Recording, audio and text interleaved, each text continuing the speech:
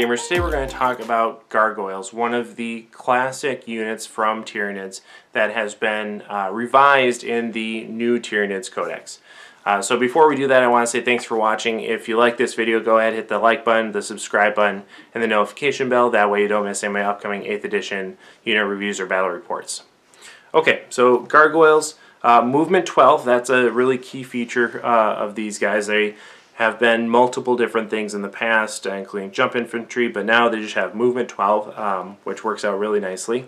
Weapon skill 4, ballistic skill 4, strength 3, toughness 3, 1 wound, 1 attack, 5 leadership, and a 6-up save. So definitely not durable, but they are fast and have decent shooting for that speed and their cost. So 4-up ballistic skill is not bad.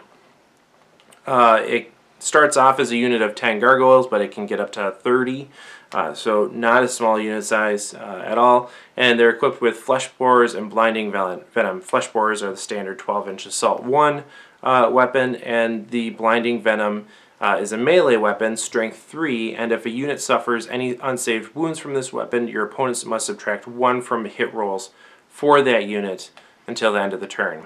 So basically that means that these guys can get into combat, and if they strike first, they are going to be able to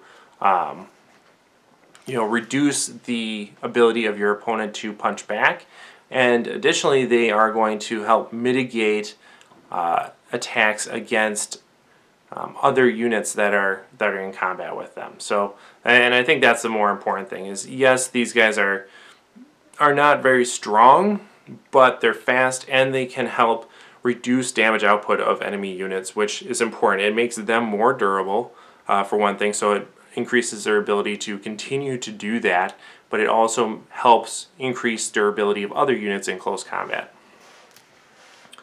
They have the Instinctive Behavior special rule and the Hail of Living Ammunition special rule, which basically just says if there's 20 or more, they can reroll once when rolling to hit in the shooting phase. And then Swooping Assault allows them to deep strike. So that's their profile.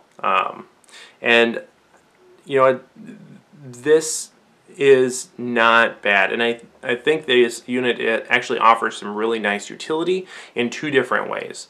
The first way is that you can take a very large unit of it, at least 20 if not 30 units, put it on the front line, and turn 1 have it just charge up the center of the board, and your goal is not to be doing damage. Your goal is to touch the enemy. You just want to reach out and touch them just a little bit so that you can get these gargoyles in combat and tie up all the non-flying heavy shooting units in the opponent's line. So that's going to be a lot of tanks. It's going to be things like heavy weapons teams, things like that. Anything that has the ability to put out a lot of firepower, these guys are going to run up and they're just going to touch them. They don't have to do any damage. All they have to do is tie them up and prevent them from shooting for a turn. And that one turn can allow the rest of your army to really take control of the board, get into position, and or charge. So in the following turn. So that one turn that these guys can buy you, depending on the proximity of the enemy line and your deployment, can really make a big difference. I think that's one of the biggest challenges for Tyranids and for assault armies in general, is just being able to delay the opponent's shooting long enough to get the high priority units into combat.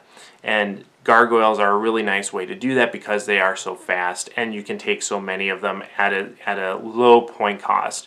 So they're going to die. They're expendable, but they're going to do their job, which is to tie up units and allow your army to get into position. The second way that you can use these guys is basically as a flak screen for a hive tyrant, a flying hive tyrant. The hive tyrant and the gargoyles can all deep strike in, and once they're able to do so, they can, or once they do, then they can shoot and charge in and do all their good stuff. As far as which hive fleets are going to benefit Gargoyles the most, I do think that Behemoth and Kraken are going to be really good options. Behemoth, because it facilitates that initial tie-up ability, it's gonna mean that you can have just a little bit better chances of getting to the opponent and doing that touch. You're going to be able to get across the board just a little bit easier. Now, if that's not as big of an issue for you, Kraken's going to be a better choice because you're going to be able to have them charge, do their damage, you know, have some blinding venom effects take place, hopefully, and then the next turn they're going to be able to fall back and then charge again and ensure that first strike in combat. That ability to go first guaranteed is going to be really valuable for them because it gives you the most opportunity to inflict blinding venom wounds.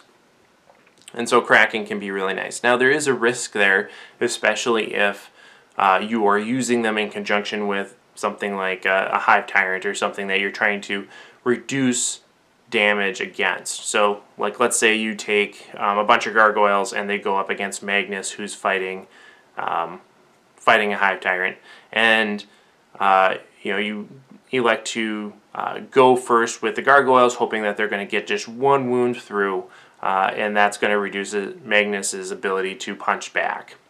Now, if you do that, good, you might be able to reduce that damage output, but you are risking the opponent selecting to use command points to interrupt your charge phase or your fight phase and potentially have Magnus attack first instead of your Hive Tyrant. So you need to carefully consider how many command points the opponent has and if they're going to do this because there is risk involved.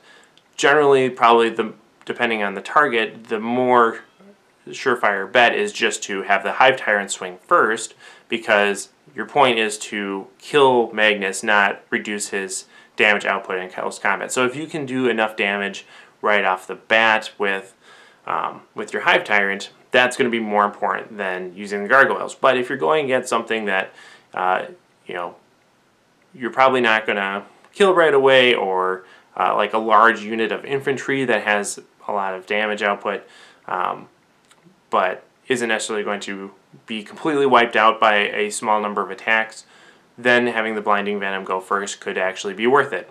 So yeah, so I think those are like the two main ways that you can use Gargoyles, and those are the two main hive fleets that I think benefit them the most. Yeah, so I think you're going to see them fairly often as this nice screening unit, probably less often as the Hive Tyrant retinue, but still, that is an option.